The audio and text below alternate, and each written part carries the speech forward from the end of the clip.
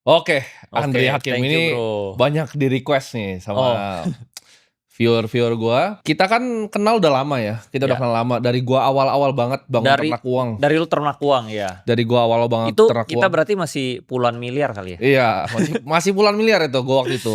Terus ketemu Terus kedua ratusan miliar, iya, sekarang udah triliunan.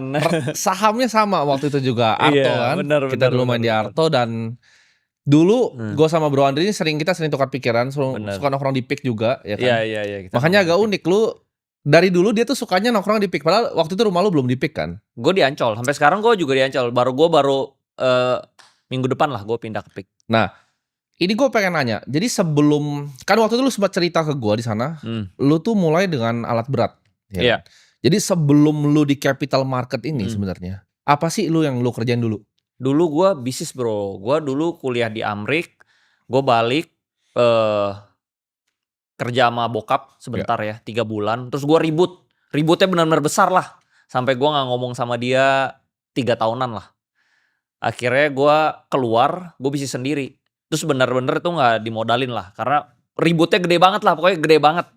Itu mungkin pokoknya udah gontok-gontokan deh, udah teriak-teriakan lah. Akhirnya gue keluar, udah gue bisnis sendiri, gue bisnis alat berat. Gue pinjam duit, sebagian gue pinjam duit sama, eee, apa, ada leasing alat berat, gue pinjem di sana, DP-nya kan 20%. DP-nya itu gue partneran sama temen gue. Sebelum di alat berat itu usaha yang lu waktu itu pernah kerja sama bokap tuh Mhm. usaha apa, Bro? Bokap gue itu di bidang, eee, impor otomotif ya, motor, sama tambang. Oke, tambang apa? Tambang tanah liat sih lebih tepatnya, di Oke, Bangka Belitung. oke. Iya, Jadi waktu itu sempat kerja, sempat berantem, akhirnya lu mhm. bikin alat berat sendiri, usaha Iya. sendiri. Karena kan gue kerja di tambang dia kan, gue kan sempet 3 bulan tuh kan gue cepet lah, gue tipenya tuh kalau belajar tuh cepet. Jadi gue lihat-lihat, oh ternyata di pertambangan ini banyak kebutuhan alat berat, ya udah gue mungkin bisa fill the gap di situ, Oke. Tapi gitu. apa yang bikin dari alat berat nih, akhirnya Mmm. lu ketemu dunia saham nih, capital market nih? Nah gue dari alat berat, itu awal-awal jalan ya 2 tahunan, 3 tahunan, terus udah gitu ada kebijakan pemerintah, tambang itu dipersulit waktu itu, lu harus bangun smelter baru bisa punya tambang. Nah jadi alat berat gue nggak sewa, Bro. Oke, Karena hilirisasi waktu itu ya? hilirisasi, alat berat gua sewa, akhirnya gue jual kan. Gue jual, gue pindah bisnis macem-macem tuh di situ. Ada ekspor impor, ada gua trading komoditi lada, terus restoran juga gua pernah, kafe, itu macem-macem, Bro. Makanya gue bener-bener lihat lu ya, menurut gue lu hebat. Lu tuh jadi nggak perlu lewatin kegagalan kayak gua, Bro. Lu langsung masuk capital market, langsung di finance, lu di industri yang tepat. Kalau gue tuh banyak salah jalannya, Bro. Baru terakhir gue di capital market, makanya gue telat Nah, taunya. apa tuh yang bikin awalnya lu lompat? Gua kan waktu itu gua baca bukunya Mmm, si Buffett kan. mmm, Jadi gua berdagang, gua nggak mmm, bisnis, gua dagang terus pengen gua timpukin ke mmm. market semua. Nah, lu bener, lu realize-nya tuh cepet, gue Ya. realize-nya tuh lambat, Bro. Nah, apa yang waktu itu bikin lu ke sana? Kalau gua kan Bikin gua bukunya Warren Buffett tuh. nah, Lu apa waktu itu? bikin gua ke sana, jadi, bokap gua itu ada 2 perusahaan publik itu udah IPO. Bang Harda waktu itu kan? Iya, salah satu Bang Harda, salah satu tambang tanah liatnya itu juga udah IPO. Oke. Namanya Nah, apa ya tambang tanah liat? Ultra Abadi Tbk. Oke, Kodenya dulu Aldi, tapi udah delisting. oke. Kalau Bang Harda itu BBHI, itu Alobank sekarang kan? Alobank, itu jual ke, Pak Charul Tanjung. Oke. Nah, di situ gue sering denger dia ngomong gitu loh, pas IPO itu dia bisa dapat dana gede. Jadi sekilas-sekilas tuh, wah IPO itu menguntungkan ya. Iya. Nah, lalu teman-temannya dia itu rata-rata perusahaannya publik, Bro. Oke. Rata-rata yang punya bank di Indonesia itu teman dia juga. Jadi menurut gua circle dia lumayan bagus lah. Nah, lalu yang punya S Hardware juga teman dia juga. Kawan lama Ses, grup? kawan lama, Oh, teman oke. dia juga. Nah, jadi teman dia tuh rata konglo-konglo lah. Nah, suatu ketika itu gua lagi datang ke kantor, gue dipanggil ke ruangan dia. Andri, sini nih. Ada konglomerat Indonesia, top orang terkaya lah, nomor 10 di Indonesia. Kamu denger nih dia ngomong apa. Nah, disitulah gue pertama kali denger soal saham, Bro. Itu konglomeratnya inisialnya bisa disebut nggak itu? Janganlah, Oh, janganlah. inisialnya Pokoknya jangan. top 10 lah. Nah, Top 10 konglomerat waktu itu atau sekarang? sekarang ini dia di belasan. Dulu Oke, dia top 10. oke. Nah, tapi family dia juga perusahaannya IPO. Family dia juga konglomerat juga top 20 juga lah. Oke, Jadi dia dan family-nya itu top 20 semua. oke. Nah dari situ gue masuk ke ruangan meeting itu, gue ngobrol-ngobrol kan bro. Si konglomerat ini bilang, lu kalau mau kaya, lu harus ngerti saham. Lu kalau nggak ngerti saham, lu nyangkul sampai bongkok lu nggak bakal kaya. Nah Oke. itu yang gue rasakan bro. Gue kerja keras setengah mati, kok gak kaya-kaya gitu loh. Iya. Semua industri, mungkin bidang yang gue jalanin hampir 20 bidang kali bro, yang macem-macem ya, yang aneh-aneh ya. Hampir 20 tapi gue gak kaya-kaya. Nah terus ini orang tuh kaya banget. Nah si konglo ini bilang, dia tepok, dia datang berdua bro. Dua-duanya konglomerat lah. Nih sebelah gue, duitnya 3 tahun lalu paling baru ratusan juta gitu loh. Sekarang duitnya udah triliunan. Cuma dalam 3 tahun doang. Terus gue, hah kok cepet banget? 3 tahun, kalau ratusan juta gue juga ada gitu loh. Kenapa ratusan juta gue gak bisa jadi triliunan? Sedangkan ini orang ratusan jutanya itu jadi triliun dalam 3 tahun. Nah terus dari situ dia bilang, lu harus ngerti saham. Nah bokap gue kan perusahaannya udah publik. Tapi bokap gue kenapa gak bisa masuk yang top 20 itu? Karena sahamnya tidur bro. Nah sedangkan yang konglomerat ini sahamnya aktif. Nah dari situ gue baru ngertinya setengah-setengah. Nah kalau sekarang gue udah ngerti 100% yang dia ngomongin. Oke, jadi lu tuh karena mungkin ada circle dari influence dari bokap lu, ketika lu Yes. belajar di sono, Yes. lu denger oke saham nih harus jadi kaya. Yes. Nah awal lu belajar tapi, Hmm. kan lu kan tetap perlu belajar lagi tuh. Yes, gua Itu tetap ada belajar. role model kah, ada mentor kah? Waktu lu pertama mulainya di saham tuh ada yang ngajarin nggak? Nah pas gue denger itu, gue bego bro. Bukannya gue nyemplung saham, gue nyemplungnya ke kripto. Itu 2017. Oke. Cuman kalau di hot udah kaya raya lu sekarang. Benar. Tapi sayangnya, apa ya, kalau anak muda itu kesabarannya nggak ada bro. Gue waktu itu 17, dia crash 18, masih crash juga. Nah 2018 akhir gue masuk ke saham. Jadi gue nggak langsung, pas denger itu gue nggak langsung, gue cuman udah mulai ngerti, oh capital market tuh cepet.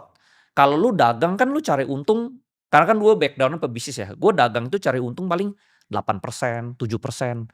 Sedangkan gue lihat kalau capital market tuh kalau terbang kan bisa 100%, Ya. 50%, unlimited gitu loh bro. Ya. Nah dari situ gue merasa, oh kayaknya gue harus capital market. Nah tapi gue masuknya salah, gue ke crypto dulu sama ke forex dulu. Oke. Dua-duanya ambles bro. Dua-duanya habis itu. Dua-duanya habis. Baru 2018 akhir, temen gue juga masuk kripto sama gue. Ya. Kita sama-sama rungkat lah. Terus dia bilang, ada yang lebih mirip nih, kayak kripto juga. Kan kita sama-sama bego lah. Ya. Namanya saham, lu coba bikin akun deh. Nah, terus gue bilang, oh iya gue tahu nih. Dulu bokap gue sama temennya pernah ngomong saham ini. Nah di situ lo gue bikin akun bro. Oke. Nah 2019 gue mulai aktif trading. Jadi trader lah. Jadi trader, jadi scalper. Terus belajar bukunya Warren Buffett. Ikut seminar-seminar saham yang kelas-kelas saham orang lain. Oh lu masukin tuh semua. Masukin semua bro. Oke. Technical, fundamental semua gue pelajarin lah. Ya. Sampai akhirnya gue dapet formula gue sendiri. Oke. Gitu. Nah ini kan dunia capital market Indonesia ya, terutama kan tuh sangat sempit bro. Gue kan sempat waktu itu ada dengar lu diajarin lah sama salah satu legend, tapi nggak enak lah disebut namanya. Iya. Gak enak. Legend itu pun ya gue masih kenal lah. Masih kenal sampai sekarang. Oke. Masih kenal. Masih aman dia. Masih aman. Berarti seberapa besar menurut lu pengaruhan dari lingkungan keluarga ini untuk bisa ngajarin lu? Karena kan nggak semua orang tuh dilahirkan dari keluarga yang berada. Kayak gue nggak ada ilmunya tuh. Gue nggak pernah diajarin. Bokap gue mah nggak ngerti apa-apa. Gue dikatain malah waktu itu. Bokap gue juga sebenarnya IPO perusahaannya, tapi dia nggak ngerti bro. Oke. Jadi ternyata yang gue realize sekarang ini kan gue ketemu banyak owner emiten juga banyak ya bro ya. Yeah. Hampir 90% owner emiten tuh nggak ngerti saham. Lu believe it or not ya. Yeah. Mungkin orang bingung ya, ini kan perusahaannya IPO, pasti dia lebih jago dari lu. Belum tentu. Bisa jadi lu lebih jago bro. Yeah. Dia itu cuman pebisnis yang kebetulan ditawarin, perusahaan lu kalau IPO bisa dapet duit pendanaan awal segini nih. Udah di IPO. Tapi dia gak ngerti saham. Nah itu yang terjadi sama kayak bokap gue. Bokap gue juga gak ngerti saham bro. Nah tapi gue pengen penasaran, di luar dari saham, apa sih yang waktu itu mungkin mindset yang bokap lu tuh ajarin dari lu kecil, kayak tentang uang nih. Karena kan pasti ajarannya beda nih. Nah, sama orang yang misalnya gak terlalu berada tuh pasti ajarannya beda. Gue penasaran apa sih ajaran-ajarannya waktu itu? Kalau bokap gue, ajaran yang berpengaruh di gue itu, lu selalu ngincer bisnis yang industrinya gede. Lu jangan ngincer bisnis-bisnis kecil. Karena satu hari itu 24 jam. Lu mau bisnis gede 24 jam. Lu mau bisnis kecil juga 24 jam. Capeknya sama, hasilnya beda gitu loh. Jadi dulu kan gue suka bikin restoran bro. Restoran gue beda lah sama restoran gue tuh yang dulu ya kelas menengah bawah gitu loh. Tapi sama aja Kecil-kecil. susahnya. Susahnya sama tapi mungkin bener. hasilnya beda kan. Iya. Hasilnya beda. Nah itu yang bokap gue maksud. Oke. Lu kalau kayak gue dulu kan bisnis restoran yang bawah ini kan ngincernya profit marginnya tipis tuh bro. Nah dia bilang lu ngapain capek-capek. Kan working hoursnya panjang tuh kalau di restoran kan. Dari jam 3 mungkin lu udah prepare makanannya gitu ya. Sampai long hours tapi cuma dapat duitnya dikit. Lu mendingan cari industri yang gede. Lu kerjanya sedikit dapetnya banyak. Nah menurut gue itu finance. Itu jadi lu ada beberapa mindset seperti tadi ya. Bisnis itu yang penting dikerjain yang besar sekalian. Jangan Yang bisnis besar. yang kecil. Iya. Nah ada gak kalau tentang mungkin keuangan, tentang investasi yang lu pelajarin dulu? Karena bokap gue. Jadi ini kalau kita orang Chinese ya orang Cina ya. Itu juga ada grup-grup sekte-sektenya juga tuh. Ada Cina Hokian, Cina Ke, Cina segala macam kan banyak kan. Itu bokap gue juga bilang, lu jangan kayak Cina yang kayak gini nih. Ya, Cina bego, Cina tolol, ngejarnya duit-duit kecil gitu loh. Buka bisnisnya restoran lah, toko baju lah gitu. Lu kejar yang kayak Cina yang kayak gini, bisnisnya tambang, bank gitu loh, yang gede-gede. Tuh, jadi dari situ gue juga, oh ya mindsetnya harus ngejar yang gede nih. Gitu loh. Nah, ini kan dalam pemilihan sebuah saham itu pasti ada frameworknya kan. Lu ada kira-kira lu bilang lu ketemu style lu tuh setelah cari-cari ya diajarin beberapa legend juga kan. Jadi sebenarnya si legend itu nggak ajarin gua sih. Dia cuman ngomong. Cuman waktu itu gua nangkepnya tuh kayak mungkin cuman 30%. Nah, along the way gua di capital market, gua mulai nangkep sedikit demi sedikit yang dia pahamin gitu loh. Oke. Market making itu caranya gimana, lu bikin rame itu gimana. Ya itu semua lah, gue akhirnya ngerti sendiri. Along the way di perjalanan gue. Tapi dia gak ajarin langsung, dia cuma ngomong doang itu gue cuma ketemu satu kali itu doang. Oke. Tapi di perjalanan gue ini dari 2018, perlahan-lahan gue mulai nangkep apa yang dia ngomongin itu. Akhirnya ya jadi yang kayak sekarang. Sekarang itu gue cari saham yang ratusan persen menurut gue sangat gampang bro. Oke, jadi framework lu untuk nyari saham yang ratusan persen ini apa aja bro? Kayak stepnya kira-kira ini yang gue cari tuh harus kayak gini, harus kayak gini, gimana? Awalnya itu gue sebenarnya ketemu Arto itu secara gak sengaja. Awal-awal dulu gue trading, gue cari saham yang value investing. Kan gue baca bukunya Warren Buffett, terus ikut seminar-seminar kan. Value investing lah. Carinya murah, jual mahal. Itu untung gak? Untung, cuman lama bro. Kayak gue hitung-hitung, kayak begini kapan kayaknya ya. Nah tiba-tiba keluar berita tuh di 2019 akhir ya. Bank Artos itu mau diakuisisi sama Jerry Ng. Ya. Nah di situ gue all in bro. Belum all in lah, di situ gue masuk 300 juta lah. Belum all in lah. Gue ada 5 emiten tapi 300 jutanya tuh di Arto ini. Ya udah gue masuk. Tidur. Gak gerak tuh. November, Desember. Jadi berapa lu masuk? 300 juta. Oke. Harganya per lembar saham waktu itu? Waktu itu gue beli di pucuk di 4.000 bro. Oh udah agak mahal masuk udah ya? Udah terbang dari 100 perak dia udah jadi 4.000. Gue beli di 4.000. Terus dia crash kan. Dia crash jadi 2.000. Gue average down. Average down gue cuman sempet di 3.000 kalau gak salah deh. Gue udah gak ada duit lagi buat average down lagi. Duit gue udah mentok.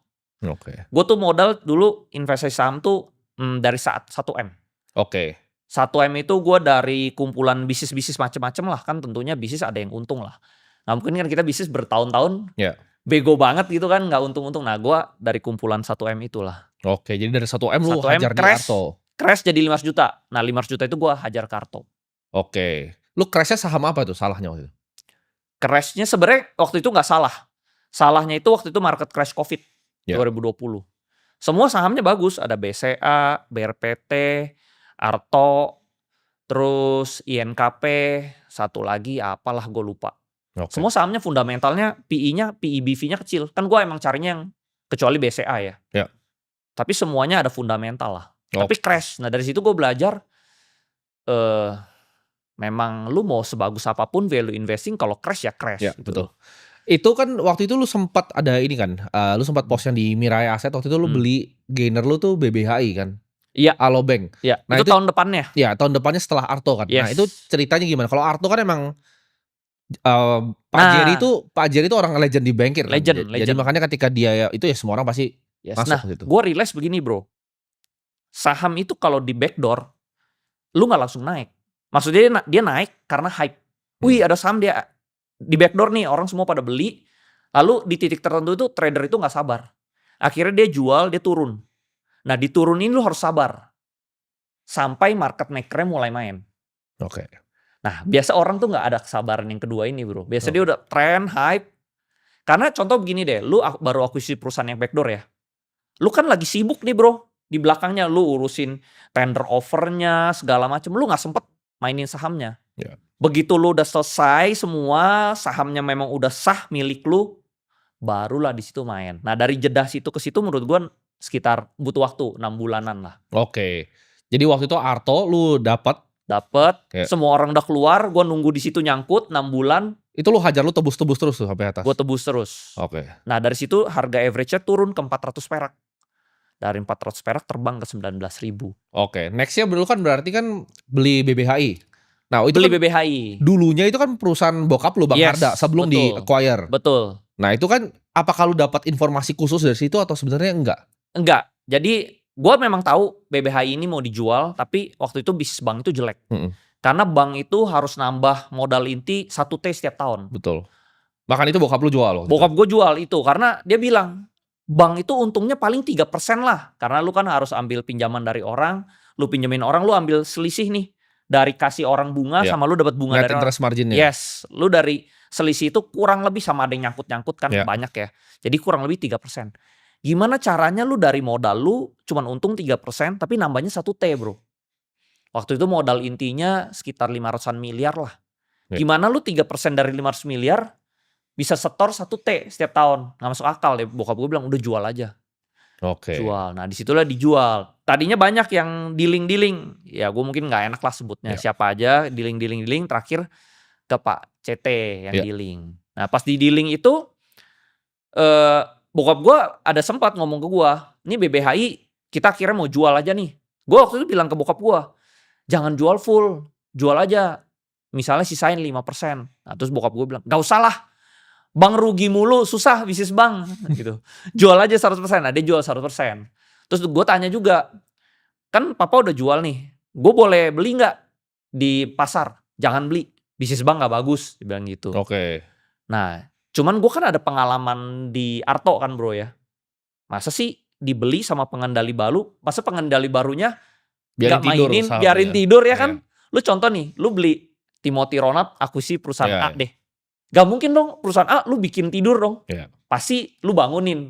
Nah gue juga berpikir masa sih tidur. Gue sebenarnya untung saham tuh cara pemikiran simple-simple doang bro. Gak ada yang rumit-rumit. Kayak orang-orang tuh rumit-rumit tarik garis gak ada. Gue merasa kayaknya mungkin jadi sesuatu ya. Nah tadinya tuh gue jual sedikit Arto. Waktu itu harganya BBH itu dijual di 149. Gue beli tuh 200 juta di harga 177. Udah dijual baru gue beli. Di harga 177 udah naik juga ya.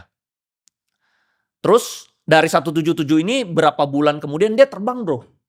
Ke 1000. Nah gue averaging di atas. Gue beli lagi 2-3M. Jadi average gue di harga 900. Oke. Tapi misalnya orang bilang apakah gue tahu harga sih? Gak tahu bro. Kalau tahu mah gue jual semua Arto gue. Karena waktu itu gue udah lumayan kaya. Gue udah adalah 15 miliar adalah. Kalau 15 miliar itu gue all in BBHI mah, wah. Luar biasa itu. Gue udah luar biasa kaya bro. Jadi gue gak tahu juga gitu. Jadi lu walaupun misalnya orang bilang, lu insider apa, lu juga gak tahu bisa segitu. Karena gini ya, teman-teman tuh banyak yang kira bahwa misalnya let's say ada insider. Tapi kan kita gak ngomong insider, let's say ada insider. Saham itu gak segampang itu dikontrol. Gak segampang itu. Bahkan kalau teman-teman lihat saham-saham yang terbang ya, gue gak enak sebut emitennya. Beberapa emiten yang terbang, bandarnya tuh targetin sekian nih misalnya, let's say 1000 lah targetnya. Tiba-tiba itu nyampe 3000 tuh bandarnya bingung sebenarnya. Tapi kalau dia buang sekarang retailnya udah pinter nih, kabur nih. Kabur nih, lari retailnya. Jadi bandarnya pun era sekarang nih, tuh pada bingung sebenarnya. Iya bingung, kok segede gini. Iya, terus gue harus ngapain sekarang? Bingung dia. Betul. Dia mau jual apa dia jualan, tapi kalau ketahuan dia jualan habis pasti barangnya. Jadi sebenarnya gue enak ngomong sama lu tuh karena gue ngomong sedikit tuh lu udah paham gitu loh. Lu udah ngerti lah. Kan pelaku market gue juga caranya di Arto bro. Gue puluhan miliar pertama tuh dari Arto waktu itu. Cuman lu pernah ada akhirnya jadi bisa pengalaman gak enak gak? Dari yang awal-awal nih kita ngomongin sebelum Pani ya. Ada gak saham-saham yang akhirnya lu ngerasain rugi gitu loh? Ada. Gue sih orangnya belak-belakan. Gue di Karwe gagal. Gue pikir dia mau di backdoor. Jadi backdoor itu bener-bener tergantung ownernya sih. Kalau ownernya jago market, jadi bagus. Kalau ownernya nggak ngerti market, zong.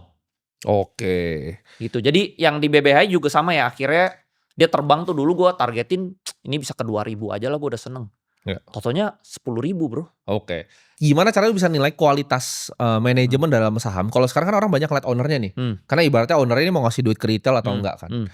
Dan ada satu owner yang pernah ngomong ke teman gua, dia bilang bahwa valuasi itu kemampuan yang penting gitu. Jadi gimana cara lu nilai kualitas owner atau manajemennya nih yang kira-kira sahamnya tuh era sekarang layak dikoleksi? Nah sekarang ya gue udah level yang lebih tinggi lagi bro. Ada perusahaan di backdoor, tapi fundamental bagus nih, tapi ownernya nggak ngerti saham, gue nggak mau pegang. Lu harus ownernya mau main saham? Ownernya harus ngerti saham. Oke. Setidaknya dia hire orang yang ngerti saham baru gue mau masuk. Karena percuma bro, dia kalau nggak ngerti saham nih, sahamnya tinggi, ujungnya dia jual. Oke. Dia balik lagi ke bisnis real. Oh oke, ngerti gue. Karena 90% pebisnis real tuh gitu. Dia dapat duit dari capital market buat balikin ke realnya. Malah di TP, dijual-jualin dia balik ke real. Nah ini kan akhirnya merugikan kita sebagai pelaku pasar.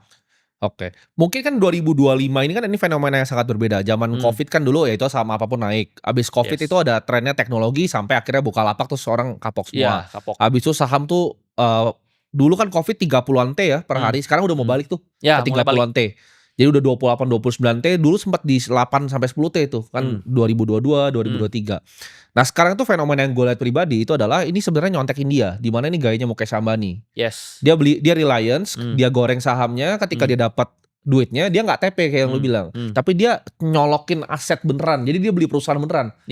Biar PI-nya jadi bagus. Jadi awalnya PI 80 tuh jadi bagus PI-nya. Itu yang dilakukan Pani juga kayak gitu, bro. Dia naik. Ya mungkin menurut gue sih pasti dia ada jual-jual sedikit, pasti ada kali ya. Jual-jual sedikit, tapi dia beresin fundamental, dia masukin ke belakang biar PE BV-nya mengecil terus. Biar dia bisa naik lebih tinggi. Perusahaan apa sih bro yang kira-kira menurut tuh ada menarik seperti itu? Karena mungkin kita bisa cerita Pani sedikit ya. Pani itu gue inget, jadi ini gue bisa vouch buat dia. Gue sama dia tuh waktu itu kita ngopi kayaknya di Senopati deh. Waktu itu bareng ada Filman juga Trimegah. Sama ada Alvin waktu itu, kita ngobrol Pani itu 1.000 harganya. Dan gue inget lu tuh kayak nge-pitch Pani ke semuanya. Lu cerita lah waktu itu tentang Pani. Gue beli sih, tapi saya beli terlalu dikit bro. Gue beli cuma 1 M karena waktu itu kan gue lu kan waktu itu hajarnya Bitcoin kan. Gue all in di Bitcoin. Gue pikir menarik sih, ceritanya lo menarik. Waktu itu yang lu cerita ke gue tuh jalan tolnya aja berapa? Jalan tolnya waktu itu keluar berita 18 T. Iya. Waktu itu market cap-nya masih 1 T. Murah banget, kayak masih di bawah bahkan. Iya. Di bawah makanya gue tuh selalu investasi saham tuh nggak yang ribet-ribet bro. Logika dagang kita. Soalnya emang gue kan backgroundnya pebisnis. Jadi gue tuh logika pebisnis aja gitu. Gue lebih main psikologis ownernya kayak gimana. Kayak misalnya lu akuisisi, masih sih saham lu bikin tidur kalau lu ngerti saham ya kan. Terus misalnya lu market cap 1 T, jalan tolnya 18 T. Gue lebih kayak psikologis owner lah. Itu sih. Gue nggak yang rumit-rumit bro. Dan itu kan juga menarik kan, dimana waktu itu mereka jualannya kan juga luar biasa tuh. Pick gue sampai ke ujung tuh. Dan tanahnya Pak AS kan, Pak Antoni Salim punya tanahnya. Itu bisa sampai jauh banget kan. Sampai jauh, betul. Waktu itu tesisnya menarik dan itu salah satu play yang bikin orang Indonesia banyak untung kan. Nah tapi apa yang pertama kali bikin lu decide, oke, ini ide gue mau Pani ini dari mana idenya? Waktu itu gue ada TP Arto, gue ada TP BBHI. Waktu itu duit gue udah puluhan M bro. Nah terus gue bingung, beli apa lagi ya? Karena lu tau lah di Indonesia itu gak banyak pilihannya kan. Barangnya dikit. Yang bagus tuh sedikit. Jadi gue bingung masuk apa ya. Nah waktu itu kebetulan gue cuma ketemu Pani doang. Gue ketemu Pantai Indah Kapuk. Gue lihat ini skenarionya sama persis kayak gue di Arto dan BBH. Gue kayak ada merasa kayak sedikit deja vu gitu bro. Ini sama persis nih. Pokoknya nih gue merasa nih Arto di backdoor, RI1, RI2, BBHI di backdoor RI1, RI2. Ini juga sama nih story-nya. Udah ada cerita dia mau RI juga. Di berita waktu itu. Gue bukan insider. Gue waktu itu tuh bener-bener orang misalnya bilang ya, gue insider di Pani. Gue gak kenal Aguan bro. Nah jadi teman-teman mungkin ini ya, karena insider tuh juga sama ya, balik lagi. Insider belum tentu benar.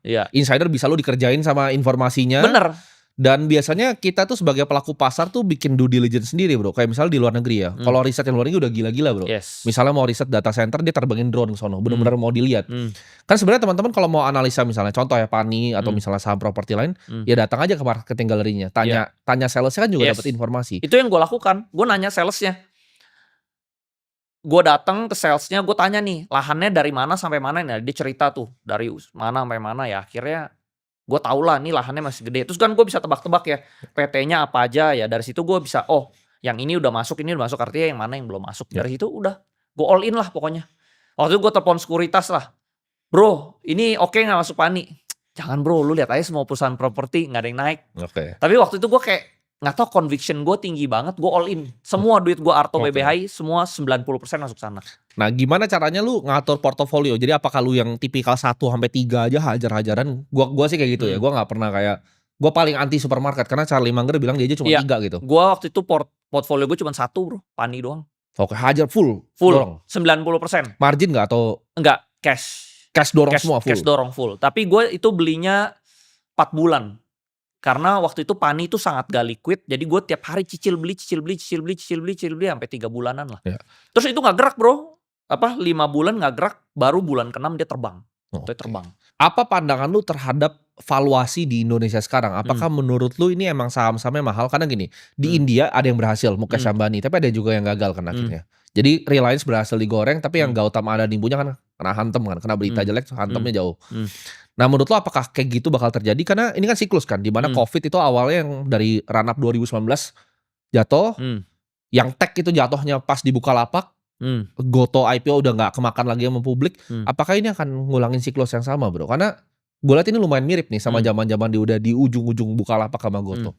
Nah kalau gue selaku orang yang ngerti di market, balik lagi tergantung market cap-nya bro. Jadi setiap emiten kan ada market cap besar, ada market cap kecil kan. Contoh nih, lu owner emiten ya. Lu tahu nih perusahaan lu bagus dan lu orang finance, lu mau jaga sahamnya. Tapi karena kondisi global, saham lu crash deh. Crash, tapi market cap lu kecil. Let's say lu market cap-nya cuma 1T. Crash nih, jadi 500 miliar. Pasti lu sikat lagi dong. Lu sendiri yang sikat bro. Betul. Nah tapi seandainya nih, ada kondisi kedua, lu punya emiten, market cap lu udah 300T. Terus crash. Nah mungkin lu gak kuat bro. Power buat nadangnya. Nah jadi sebenarnya tergantung nih. Dia emiten kecil atau emiten gede. Kalau emiten kecil, ownernya punya duit, ketahan. Tapi kalau emiten gede, ya contohnya ya kita ngomongnya PANI deh. Kayak PANI crash tuh waktu yang isu pagar laut bulan April sama Donald Trump kan. Itu sebenarnya ownernya mungkin mau jaga bro. Tapi flow-nya terlalu gede. Lu bayangin, dia market cap-nya waktu itu 300T tertingginya ya. Crash, itu outflow-nya tuh ratusan miliar bro. Sehari itu bisa 200-300 miliar. Gak kuat lah bro nahannya. Lu butuh duit banyak banget. Buat dorongnya kan. Iya buat nadahnya duit barang masyarakat juga lu gak kuat. Nah tapi kalau lu market cap kecil, lu kuat. Nah jadi tergantung market cap-nya bro. Nah ini gue ada pertanyaan nih unik nih. Kalau netizen tanyanya biasa sama. Mereka pengen tahu sahamnya apa. Kalau misalnya gue bikin pertanyaan lebih unik. Lu cuma boleh pilih 3 saham. Cuman gak boleh lu trade dalam setahun. Lu harus holdnya 10 tahun. Holdnya 10 tahun ya? 10 tahun. Kira-kira apa? Ya ini di sekarang, di pikiran lu aja. Tapi gue udah kondisi kaya seperti sekarang. Iya, kondisinya lu kaya seperti sekarang. Kaya seperti sekarang gue masuknya blue chip. Blue chipnya apa? 3-nya apa? Blue chip gue mungkin 1 Mandiri, 2 BNI, 3 BRI. Oke, jadi lu masuk 3 itu ya? 3 itu. Sekarang pun juga gue ada masuk 3 itu. Kenapa yang BUMN bro? Bukannya berbahaya ketika misalnya let's say, ini gue ngomong Wakanda ya, pemerintah Wakanda tiba-tiba mau hapus mikro punya loan. Itu kan pasti asing hilang semua. Karena gue merasa pertama dividennya itu udah gede banget. Sekarang nih kalau lu masuk Mandiri itu dividennya 9%. Iya 9,5 bro. Anggap dia crash lagi deh jadi 11%. Gue beli lagi aja bro di bawah. Terus BNI itu 9% dividennya. Tapi kalau lu lihat ya pembukuan dia tuh sebenarnya di harga sekarang tuh bukan 9%, bisa 10-11%. Jadi gue beli aja Gak usah gue jual-jual 10 tahun. Let's say gue sih ada masuk ya, gue ada masuk ratusan M. Lu anggap jelek-jelek deh, cepet aja. Ya. Cepet M aja lu bego-bego 10 M bro. 10% itu 10 M setiap tahun. Tapi lu gak mau ngincar capital gain. Karena kalau kita lihat dari Mandiri sama BRI sendiri, BRI kan earningsnya nih mulai turun kalau kita lihat. Labanya nih kayaknya forecast ke depannya makin turun dia. Lu gak ada concern soal itu? Enggak, gue merasa si Danantara ini pasti ngerapiin kali ya. Tapi gue memang gedenya bukan di BRI sih. Gue gedenya itu di Mandiri. Oke. Mandiri itu lebih corporate. Kalau BRI itu lebih yang middle to low ya. Jadi gue emang lebih high-nya tuh di Mandiri sama BNI. Karena dua-dua ini corporate. Oke. Nah jadi corporate masih aman kan. Jadi gue bego-bego nih. Terus udah gitu bro, ini kan kita podcast bulan Desember ya. Dia tuh bagi dividen bulan Maret bro. Berarti Januari, Februari, Maret. 3 bulan lagi kita dapat 10%. Bego-bego doang bro. Oke. Jadi gue itu sih. Oke. Terus mungkin ada jeleknya, misalnya ketakutannya, misalnya bulan Desember ini ada outflow ya dari asing. Misalnya MSCI dirubah, lalu asing keluar, pasti yang terdampak kan mungkin blue chip terdampak kan, outflow kan. Terus dia jadi 12% misal dividennya. Sikat lagi bro, lebih banyak. Lu gak usah kerja bro. Oke. Lu mau setiap bulan travel pakai first class juga duit lu gak habis. Nah ini 10 M. Mungkin pertanyaan ini ada, gue tambahin lagi nih pertanyaan satu lagi. Itu kan tadi 3 saham buat 10 tahun. Oke. Kalau satu saham sampai mati. Jadi lu gak boleh ganti. Duit itu semua harus lu all in di satu saham doang ini. Satu saham sampai mati? Sampai mati tapi. Gue beli emiten gue sendiri, gue IPO, gue pegang emiten. Kecuali pengendali. Lu harus jadi non pengendali. Oh gue jadi non pengendali. Lu non pengendali. Kalau pengendali semua orang pasti mau begitu. Karena dia bisa kontrol dong. Bisa kontrol. Emitennya lu bisa beli saham-saham lain. Iya betul. Jadi Berkshire Hathaway gitu kan seumurnya. Jadi Warren Buffett itu. Tapi kalau misalnya gua sampai mati, mungkin saat ini sih gua masih blue chip ya, masih Mandiri, BRI, BNI sih. Oke, antara 3 itu. Ya, soalnya kalau BCA nih, BCA tuh sebenarnya dari 4 ini kalau lu tanya performance-nya paling bagus pasti BCA. Ya. Tapi kan lu tahu kan apa? Pemerintah kita kadang suka mempersulit pengusaha. Lu one day lu kalau dicari-cari masalah lu out. Tapi kalau lu BUMN kan lu nggak mungkin lah nggak didukung sama pemerintah. Pemerintah pasti support lu. Jadi kalau paling aman menurut gua blue chip yang BUMN. Nggak bakal diganggu.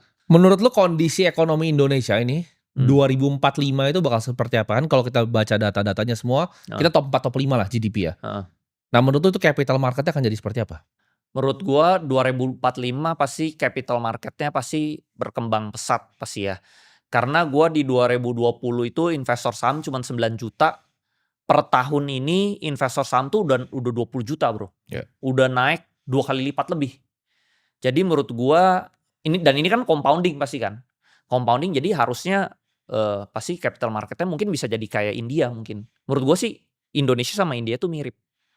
Oke. Nah jadi mungkin ke arah sana. Nah contohnya dulu tahun lalu kan, awal tahun lah. Itu kan outflow asing gede banget tuh gara-gara MSCI kan.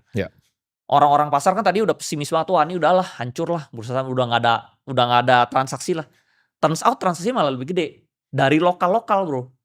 Ternyata lokal-lokalnya rame. Nah menurut gue pasti nanti kayak India lah, lokal-lokalnya yang main. Oke, jadi itu di 2045 menurut lu Indonesia bakal udah lebih mirip sama India. Nah, ini mungkin pertanyaan sedikit Mari. Kemarin gue nonton podcast Elon Musk, dia bilang bahwa AI dan humanoid itu bakal ngubah semuanya. Nah kita kan Indonesia nggak mungkin lah kita bikin chip kayak Nvidia itu nggak mungkin. Cuman kan kita ada beberapa bahan-bahannya di sini sebenarnya untuk 2 itu. Menurut lo apakah ada saham-saham yang menarik justru untuk sampai 20 tahun ke depan yang merupakan bahan mungkin raw material dari chip ini dan juga robot-robot ini? Kayak misalnya pasir silika kan dipakai tuh. Iya betul, pasir silika dipakai untuk bikin chip ya. Tapi menurut gua kalau di Indonesia kurang. Soalnya tambang itu izinnya tuh setiap dari gua kan dulu bokap gua juga di tambang ya. Jadi menurut gua tuh tambang itu adalah bisnis yang tidak stabil. Lu tuh pegang IUP pertambangan tuh cuma 5 sampai 10 tahun terus gitu lu perpanjang lagi. Jadi kalau one day tiba-tiba IUP lu nggak diperpanjang itu lu udah mati. Itu pertama dari perizinan lu mati. Kedua dari depositnya. Ketiga dari harganya. Keempat, kalau tiba-tiba ada material lain yang bisa substitute, itu juga mati bro. Contoh dulu kan Misalnya orang pakai batu bara terus bisa disubstitute pakai yang green. Iya. Terus dulu contoh tanah liat gue tuh, bokap gue kan itu dibakar jadi keramik, keramik kayak gini, ya kan. Tapi ternyata bisa disubstitute pakai tanah liat tipe lain. Nah, jadi itu bisa berubah. Nah, contohnya nikel juga. Dulu baterai pakai nikelnya, sekarang bisa dirubah kan, Iya. pakai yang lain. Nah, itu menurut gue tambang itu nggak forever. Oke. Tambang itu nggak forever. Nah, gua ada pertanyaan menarik nih. Kalau misal di negara seperti mungkin India atau Amerika atau Cina, Cina enggak lah, mungkin India atau Amerika ya. Kalau kita misalnya kita bukan investor profesional, kita biasa nyarinya reksadana saham. Cuman di Indonesia mungkin dalam 3 tahun ini ada eksodus yang luar biasa dari reksadana saham nih yang gue lihat. Jadi ini ayam-ayam ini pada kasihan kayaknya. Betul. Nah, Agak nggak perform lah. Agak nggak perform kenapa? Nggak perform. Karena mungkin ya barang-barang seperti yang tadi saham-saham konglomerat mungkin mereka nggak dapat jatah dan nggak bisa masuk web besar. Iya. Jadi betul. mereka resort untuk ya masuk blue chip yang kita lihat selama 5 tahun ini mungkin rata nih. Betul. Kemarin gue baru ketemu sama si Wilson juga Bibit.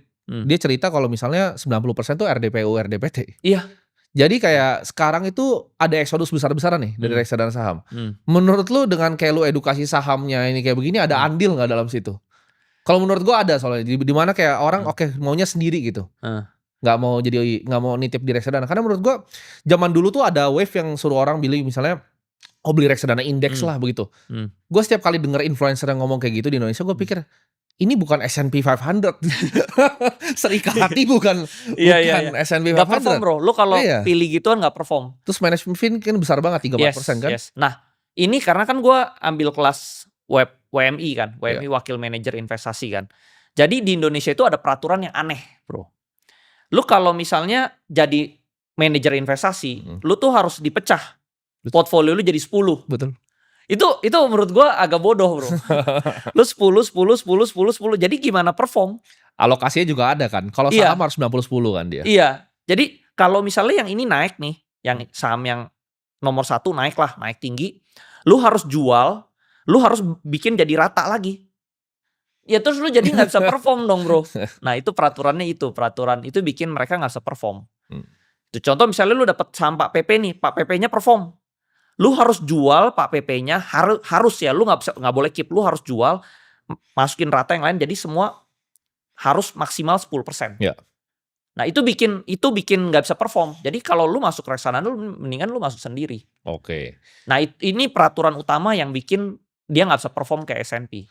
Oke. Nah ini gue mungkin pertanyaan sedikit ya. Kan kemarin gue ada dengar beberapa kasus yang di pasar modal ini orang dihack ya. Kita nggak usah ngomong lah sekuritasnya apa. Itu menurut lu kenapa mungkin bisa terjadi sebagai pengamat di pasar? Dan kenapa misalnya let's say bursa itu nggak bisa reverse transaksi? Kalau setahu gue mekanisme bursa itu harusnya bisa reverse transaksi. Itu menurut lu kenapa? Kalau yang kemarin, jadi akun gue sendiri juga ada kena hack bro. Oke. Tapi gue dananya dibalikin. Oke. Dana gue dibalikin. Di sekuritas apa kalau nggak bisa ngomong? Janganlah. Jadi gue juga kena hack. Itu ratusan juta dibalikin tapi dananya. Canggih sekali kan mereka hacker. Jadi pakai malware. Canggih. Mereka. Jadi gue bingung ya. Waktu itu libur panjang bro. Waktu itu libur kalau nggak salah Sabtu, Minggu, Senin. Ya. Atau Kamis, Jumat, Sabtu, Minggu, Senin gitu. Libur panjang ya. Tiba-tiba gue bingung. Kan kalau sekuritas kan sekarang udah terkoneksi ke BCA kan. Ya. Tiba-tiba ada yang withdraw bro. Oke. 100 juta gitu. Di withdraw banyak. Nah terus gue bingung. Ini apa nih? Nah gue hari Senin gue tanya. Sekuritas tapi dananya udah langsung dibalikin lagi. Oke. Nah tapi turns out ternyata yang gue pelajarin ini harusnya tuh dari akun RDN. Kan namanya misalnya Andri Hakim. Cuma bisa withdraw ke Andri Hakim kan. Turns out ternyata si hacker ini dia masuk ke sistem sekuritas, lalu dia withdraw ke nama yang beda. Jadi dia bisa approve. Nah, salahnya itu mungkin dari banknya ya. Harusnya kalau di bank, jadi yang kehack itu cuma bank BCA. Oke. Jadi kalau bank lain nggak bisa. Jadi khusus BCA. Karena BCA itu katanya bisa approve, lu ke akun lain, ke nama lain tuh lu bisa approve. Jadi dia bisa lewat. Nah, jadi salahnya sebenarnya di bank BCA-nya saat itu. Nah ini kan sebenarnya bikin investor yang saham jadi khawatir. Karena gini, kalau di kripto orang tuh punya kekhawatiran, gimana kalau misalnya cold wallet gue dirampok gitu. Ternyata kalau di saham itu bahkan sekuritas pun sekarang ibaratnya bisa jebol gitu. Bisa jebol. Nah dan yang jebol ini bro, yang udah kehack ini, ini duitnya dibawa lari ke kripto. Oke. Jadi kemarin gua ada lihat beberapa kasus yang menarik sekali di mana kan awalnya kan mereka ganti seperti itu kan, tapi kayaknya dari banknya mereka tutup tuh celahnya. Yes, betul. Celahnya ditutup, jadi mereka pakai cara lain ketika mereka dapat akses akunnya. Ini mereka bikin akun pakai nama-nama ya KTP bodong, yang kayak orang-orang judul begitu. Lalu mereka beli saham yang small cap, terus di sini udah dibeli dijual, canggih loh. Nah, kalau itu diskursus lain lagi. Iya. Kalau ini hacknya beda lagi nih. Iya. Jadi gue bisa beli gorengan, gue tarik gorengannya, Iya, lu pakai beli dana gorengan yang di sini. Soalnya dia pikir kalau ganti RDN-nya susah tuh. Yes, bener. Itu juga bisa. Oke. Contoh misalnya gue tahu nih akun lu nggak ada duitnya tapi ada barangnya. Iya. Gue tinggal buang blue chip lu. Betul. Jadi cash. Beli cash sono. gue di sini gorengan, kan gorengan gampang dinaikin bro. Iya. Gue beli gue naikin, terus lu makan aja di harga atas. Iya. Kan pindah duitnya, lu dapat barang, gue dapat cash. Soalnya berarti ini hacker yang melakukan ini ngerti mekanisme pasar sangat dalam berarti. Betul, dia ngerti. Oke, menarik ya. Nah makanya sekarang tuh kalau lu lihat ya, sekarang banyak sekuritas tuh kalau weekend tuh lu udah nggak bisa withdraw. Ya.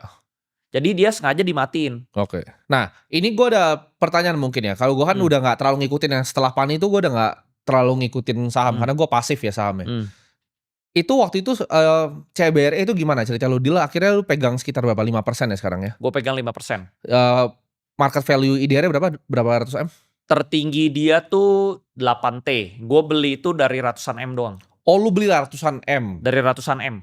Oke. Gue kumpulin dari bawah. Oke. Jadi sebenarnya misalnya orang tanya, PANI gue insider atau CBRE gue insider. Gue awalnya gak insider. Contoh kayak di PANI aja deh. Awalnya gue gak kenal Aguan karena gue beli sahamnya banyak, jadi kenal.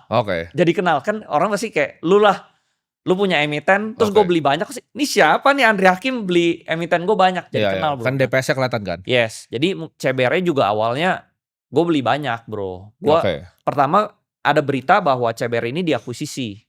Bukan diakuisisi, dia mau beli kapal. Perusahaan kapal kan itu? Kapal Hilong, kapal dari China. Waktu itu market cap-nya masih ratusan M. Tapi kapalnya itu harganya 1,8 T. Gue merasa, wah ini kayak janjian di backdoor nih. Jadi gue mulai beli dikit. Ya. Pas mulai beli dikit, ya gue tanya-tanya sekuritas lah. Kan gue tau lah, kira-kira dia IPO pakai sekuritas apa ya, gue kurang cari-cari informasi lah. Ini akuisisinya bener gak sih? Belinya bener gak sih? Kata sekuritas bener. Ya udah, gue dari situ akum. Karena gue udah beli gede, gue jadi takut dong. Gue harus tahu ownernya nih. Ini bener nggak? Nah akhirnya ngobrol-ngobrol dari teman ke teman, akhirnya gue kenal. Pas dari kenal itu kan akhirnya gue tumbuh conviction lagi dong. Semua ceritanya real, corporate actionnya real. Nah dari situ gue beli lagi. Nah ini mungkin teman-teman juga mesti bedain ya, insider sama misalnya di luar negeri ya, di hedge fund itu sangat biasa untuk misalnya kita misalnya udah punya fund besar ya, nanti suatu saat udah gede, kita punya portfolio manager, untuk mereka tuh datang ke company itu betul. Hal yang biasa banget sebenarnya. Karena kan kita pemegang saham kan kita ada hak buat ketemu corporate secretary. Contoh nih, lu beli saham Adaro deh. Lu punya emiten Adaro, terus lu telepon deh, saya mau ketemu Korseknya. Itu bisa bro. Jadi lu punya saham berapa dulu? Iya gitu. Misalnya gue punya, sebenarnya kecil juga gak apa-apa kok. Kecil misalnya 1M tuh juga gak apa-apa. Nah dari situ kan gue ketemu ownernya ya. Akhirnya kan gue bisa nego juga sama dia. Gue bisa beli lebih banyak lagi gak? Gue mau beli misalnya 5%. Gue udah punya segini nih. Gue tinggal tambah sedikit lagi jadi 5%. Ya jadi gue deal-dealan lah. Emang. Nah ini kan kita mungkin bahas, teman-teman banyak yang suka dengan sahamnya Pak Pepe ya. Dimana misalnya strategi dia kan untuk masuk ke indeks kan, MSCI. Cuman apakah itu sebenarnya flow-nya besar atau enggak bro? Karena kita kan weighting di dunianya kalau MSCI World kecil ya. Dan MSCI Indonesia paling fund-nya cuma Edo kan, punya BlackRock. Itu kan sebenarnya nggak sebesar-besar amat flow-nya. Kayak contohnya kemarin brand mungkin Pak Pepe dapat sekitar triliunan ya. 2-3 T ya dapat ya. Berarti tapi sangat jauh ya dari India ya marketnya. Kalau India kan dapatnya bisa 100 T itu. Nah flow-nya. Paling gede itu DSSA kemarin tuh. DSSA kalau nggak salah 33 T. Aduh gue nyesel banget tuh jual itu. Dulu gue udah pegang lama tuh DSSA. Tapi gak bisa beli banyak kan? Gak bisa. Ya gue juga beli. Kering. Iya gue juga beli. Nah itu paling lu gitu. Lu kering, lu tarik tinggi.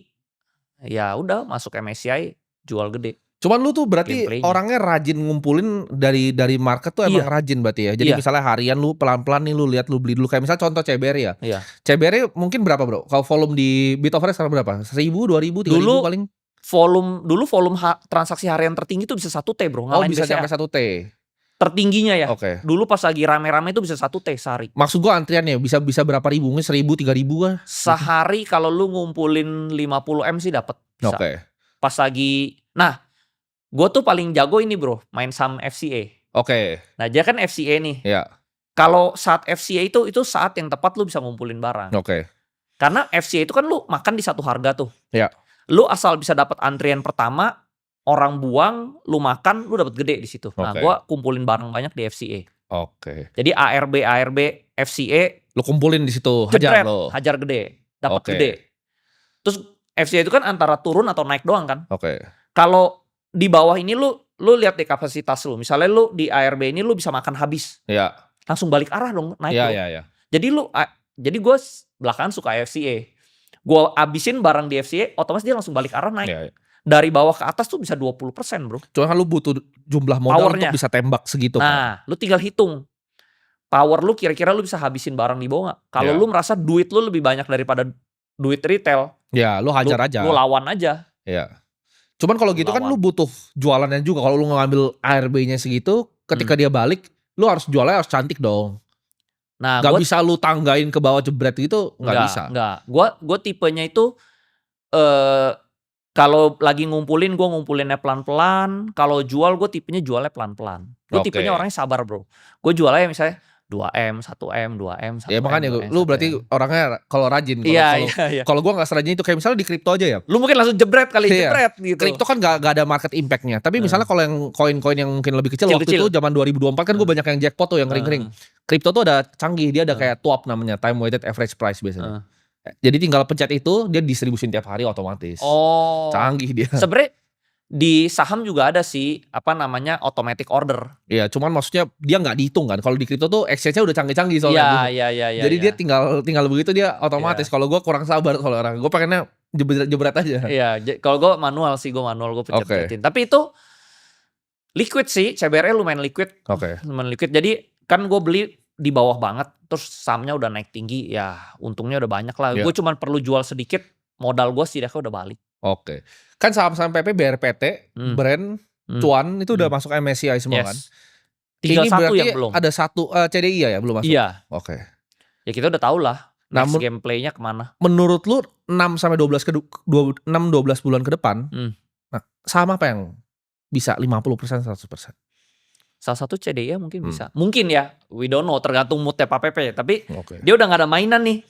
Brand udah masuk, Cuan udah masuk, BRPT udah masuk, PTRO udah masuk.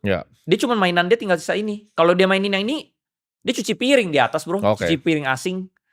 Tinggal ini doang yang belum. Menurut gue sih full power dia bakal kesini. Menurut gue. CDI ini kan isinya lumayan banyak ya. Ada renewable, ada macam-macam ya. Jadi lu berharap orang tuh banyak kan lebih ngerasa gue titipannya deh duit gue ke Pak PP, ketika dia dapat duitnya ntar dia yang masukin aset gitu kan. Iya. Jadi kalau teman-teman perhatiin saham-sahamnya beliau banyak yang tadinya PI-nya besar jadi kecil kan. Karena akhirnya dia masukin aset beneran. Terus udah gitu enaknya main saham PP itu liquid banget bro. Lu mau liquid. Kalau itu liquid lah, lu mau 50 100 M masih bisa dihajar 100 M sehari masih bisa kalau PP. Kalau yang kayak CBRE mungkin lebih kecil lah, lebih kecil. Jadi kalau misalnya pengalaman lu, kan lu kan ada tadi lu bilang lu ada salah tuh yang di Carway kan? Carway salah gua.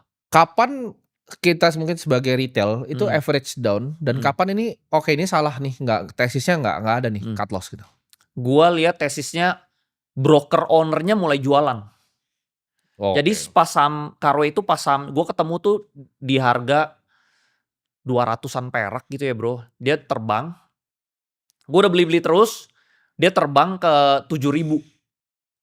Terus gue lihat broker ownernya mulai jualan. Ya udah, out lah. Tapi itu yang kedua, yang pertama kali dia crash, gue udah jual dulu, udah gitu dia naik lagi, ownernya jualan, gue udah gak pegang lagi. Kalau menurut lu sekarang ya, seberapa penting foreign flow dalam melakukan analisa sebuah emiten? Foreign flow, kalau gue sebenarnya sukanya itu pas gue lagi akumulasi itu nggak ada foreignnya. Kayak CBRE, apa segala macem, PANI, Arto, BBHI. Dulu pas gue masuk tuh nggak ada foreign. Lu masih lawannya retail, lu koleksi. Begitu udah ada foreign, justru sahamnya udah terbang bro. Jadi gue suka collect tuh pas lagi nggak ada foreign. Gitu kayak CDIA nih lagi tidur, lagi sepi, nah gue collect. Oke. Kalau dia udah naik, gue udah gak kejar, gue udah ride the wave aja sih. Oke. Gitu. Lu berarti tiap hari jam market tuh lu mantengin berarti? Pantengin. Biasa apa yang lu pantengin kalau di depan itu? Gue ada bikin watchlist emiten-emiten yang menurut gue oke. Setiap hari gue pantengin. Kalau tiba-tiba ada volume beli gede, gue ikut nebeng. Oke. Karena ibarat ada orang yang main di universe gue tahu. Oke. Tuh, jadi gue bisa pilih nih, kan gue punya barang misalnya, gue bisa jual dulu sebagian atau gue ikut trading. Gitu. Tapi gue cuma main di universe gue itu doang, cuman 20-25 emiten lah. Oke. Nah retail kan sebenarnya masih suka banyak yang teriak-teriak nih. Kalau retail yang di sosmed ya tapi gue ada lihat ada perbedaan nih antara retail yang gue bener-bener lihat di market sama retail yang di sosmed. Kalau retail di market gue lihat tuh mulai pintar. Misalnya orang-orang XL yang dulu diketawain, mulai pintar. Jadi kalau lu lihat brokernya emitennya jual, bandarnya mereka langsung pop hilang semua. Iya. Jadi udah mulai pintar nih. Gue lihat kalau yang di market, tapi yang di sosmed ini sama nih, masih selalu kayak nyalain orang dan lain-lain. Menurut tuh perbedaannya apa sih orang-orang yang suka? Oh ini salah nih karena dia. Menurut gue gitu. Yang salahin orang lain gak bakal bisa bertumbuh bro. Sama lalu sejago-jagonya gue ya. Gue contoh ya member-member gue rata-rata untung. Tapi kan ada juga yang rugi lah. Yang rugi tetap aja masih salah-salahin juga masih ada. Walaupun misalnya 90% untung 10% rugi. Rugi itu kan sama lalu juga pasti sama. Lu kasih untung diem. Kalau untung diem. Untung diem. Kalau salah teriak-teriak. Tapi nanti pas naik rebound dia diem lagi, hilang lagi. Gitu sama lah bro. Karena mungkin mereka baru pertama kali terjun kali ya. Sedangkan kalau yang di Stockbit mungkin dia udah pernah kejeblos dia mulai belajar. Ini mungkin pertanyaan untuk retail ya. Apa tanda emiten atau bandar dari emiten tersebut mau mainin atau manipulasi harga saham? Karena banyak kan yang rampok 100-200 miliar tuh. 1 tahun ini gue lihat adalah beberapa emiten yang ngerampok begitu. Nah makanya balik lagi ya, sebuah emiten itu layak kita beli atau hold tuh balik ke ownernya sih. Kalau ownernya ngerti saham dan goalnya tinggi, nah ini boleh kita hold. Tapi kalau ownernya kita lihat nih cuman mau jualan, ya kita juga trading aja bro. Udah untung kita jual. Mungkin jadi ini gue bener-bener lu harus lihat owner. Lu kan tadi bilang bahwa lu masuk CBRE itu di market cap berapa? 200M kalau nggak salah. 200M. Itu dari harga 75 perak bro. Nah berarti kan lu kan pegang posisi 200 miliar lebih dong harusnya sekarang di market cap sekarang. Betul. Itu plannya gimana dan buat apa? Kan itu kan ada perbedaan di mana misalnya contoh contoh gue beli Bitcoin ketika 16 ribu kan gue hantam terus sampai atas. Kira-kira total naik gue tuh 550% lah. Itu gue bisa exit semua. Sedangkan CBRE lu naiknya jauh sekali. Cuman itu bisa diapain tuh barang yang kayak CBRE? Mungkin kalau di otak gue kan kalau mau direpo ke bank juga bank gak bego-bego amat. Jadi mungkin mereka kalau nggak terlalu liquid, nggak, tapi maksudnya jumlahnya nggak bisa full dari jumlah yang gue masukin. Paling repo mungkin nggak sih berapa? 30%? 30-40. Nah yes, 30-40. Jadi fungsinya untuk apa? Apakah lu bisa suatu saat lu exit atau ini emang lu yang kayak Warren Buffett aja, udah ini gue pegang nih CBRE gitu. Jadi gue udah di level yang ini gue belajar pengalaman dari Pani sih.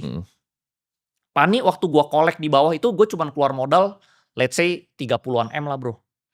Tiba-tiba pas dia naik tinggi kan jadi tertinggi tuh 400 miliar tertinggi bro. 400 miliar terus kenapa pagar laut itu waktu itu? Iya, pagar laut tuh ke-drag semua tuh bro. Ke-drag sama 200 berarti? Wah, enggak bro, gue pas 350 itu gue ada ambil repo, gue hajar lagi hampir 500. Berarti paninya sih lu repoin berarti? Gue repo pani, gue masuk pani, itu bego banget bro. Luar itu biasa.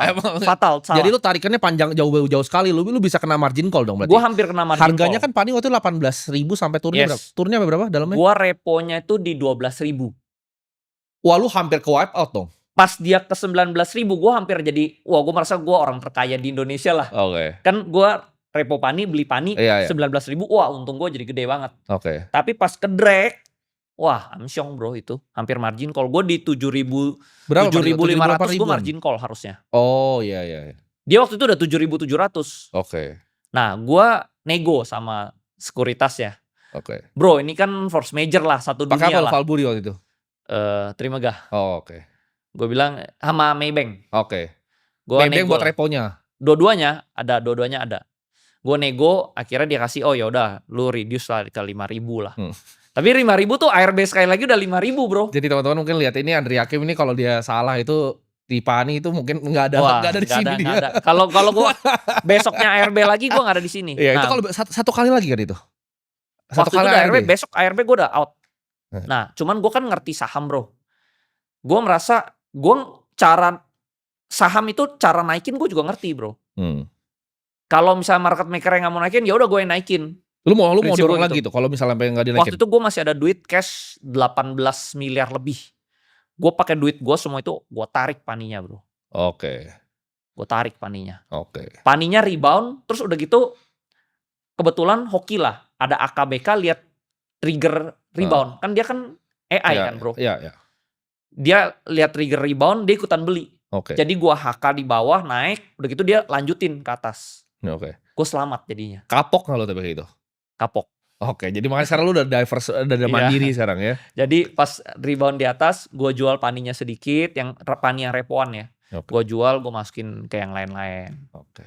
Nah dari situ gue masuk koin segala macem, ya itu untungnya akhirnya. Jadi lu IPO lu tembak-tembakin lah ya. Ya koin. Soalnya bisa dapat besar bro, IPO gitu kan kecil dapat kasih ya. Dapatnya kecil, tapi dia kan biasa naik. Pasti kan ada titik di mana dia ARB kan. Ada tuh ya, biasa lu hajar di market lagi berarti. Iya, terutama di FCA. Karena gue ahli kumpulin barang di FCA. Oke, berarti ini pemberani lah ini Andri Hakim ini pemberani. Jadi waktu itu bijinya gede. 700, ya kan gue cara mau kaya, gue mau kalahin bapak gue bro. Oke. Jadi gue ya harus modal nyali lah. Berarti lu nggak sama lah kayak lu lah.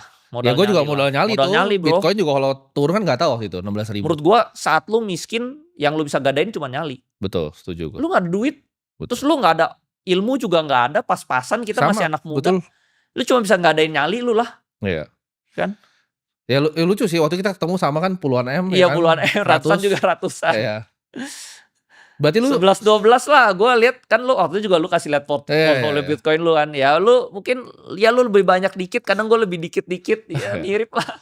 Cuman mungkin kalau sekarang gue lebih liquid kali. Iya lu lebih liquid. Gue lebih liquid. Mungkin gak se-liquid itu. Nah tapi gue bisa dapat repoan bro. Cuma menurut gue menarik juga kalau misalnya lu bisa main yang kayak CBR ini lu hold. Kalau kayak si Mukesh Ambani kan akhirnya dia tuh family-nya ngutang sampai dia mati aja bro. Karena kan sahamnya bisa naik. Misal saham 20% 15%. Utang tuh paling cuma 3, kalau level dia 3-4%. Dia ngutang sampai mati aja gitu. Ya. Jadi akan selalu ada gapnya antara utang dia dan asetnya. Nah ini mungkin gue kasih ilmu yang cuman mungkin gue buka di Timothy Ronald doang ya. Jadi contoh misalnya lu beli saham di harga 100 bro. Rata-rata lu 100. Ini cuma gue buka di sini doang nih. Gue belum buka siapa-siapa. Lu harga rata-rata 100 ya. Terus sahamnya terbang nih ke 200. Lu repo lah bro. Misalnya dapat 40%, 30%. Bunganya misalnya gede. Bunganya 14-15%. Tapi kalau saham ini bisa terbang ke 1.000. Gak ada artinya bro. Dari 200 ke 1.000 kan lu udah untung mungkin hampir 100. Enggak 100%. Berapa ribu persen bro.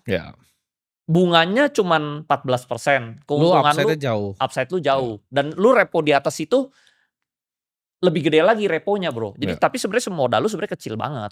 Nah ini gue alamin karena di Pani ya. Jadi gue dapet ilmu kayak oh iya ya. Dulu kan sebenarnya modal gue cuma 30M. Tapi gue repoin kok gue dapetnya ratusan M. Nah itu bro. Tapi hati-hati teman-teman, pedang mata dua. Enggak ya, ini pedang bermata dua. Kalau sampai salah mampus. Nah bagusnya itu, lu repo tapi jangan beli barang yang sama. Kalau lu repo beli barang yang lain, lu jadi kaya, lu jadi unlimited money bro. Lu belinya dikit, modal kecil jadi gede, lu repoin aja duit lu jadi gede, lu bisa beli barang. Ya cuman ini mesti punya duit dulu ya, kalau teman-teman nggak punya, mau repo barang ke bank paling lu suruh pulang lu.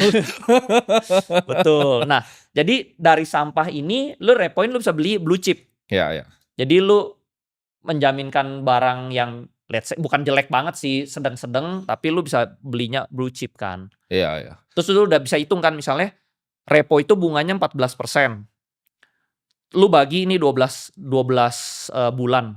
Berarti sebulan kan 1,5 lah, 1,5%. Terus lu tahu nih 3 bulan lagi dividen itu kan 10%, blue chip 10%. 1,5 kali 3 bulan aja berarti lu cuman 5%-an, 5-6%. Kan lu masih untung 4%. Belum dari capital gain. Nah gue mainnya kayak begitu bro. Jadi unlimited money, gue puter-puterin duit bro. Ya tapi sampai kalau salah. Ya jangan salah. Jangan salah. Nah kalau gue pribadi gue punya prinsip yang gue avoid leverage sih. Jadi gue dari dulu nggak pernah pakai leverage. Kan gue pernah pakai sekali zaman COVID. Gue hajar, ya untung blue chip sih tapi BBRI. Gue margin kali 3, abis itu jantungnya nggak kuat gue kayaknya. Iya. Jadi gue paling bagus itu sih, paling bagus itu. Jadi gue spot aja dan ya gue coba cari yang liquid. Sebenarnya gue juga ada kepikiran, gue banyak ditawarin orang-orang barang-barang lah. Size mungkin 5-10T, kenapa nggak dijadiin Berkshire lah gitu. Cuman gue pikir mungkin gue gameplaynya ke arah sana sih nanti. Ada enaknya tapi pegangan lu tuh private tuh juga ada enaknya bro. Kalau menurut gue. Betul, benar. Karena sesuatu yang publik itu lu public scrutiny-nya akan luar biasa. Kayak sekarang lu cuman ngajar orang, kan lu cuman bikin platform edukasi kan. Itu aja orang ada yang bisa bilang rugi karena lu. Apalagi lu punya emiten. Menurut gue itu lebih berat lagi. Bisa disalahin. Benar. Oke, thank you banget Bro Andri. Thank you. Mantap. Thank you bro. Oke.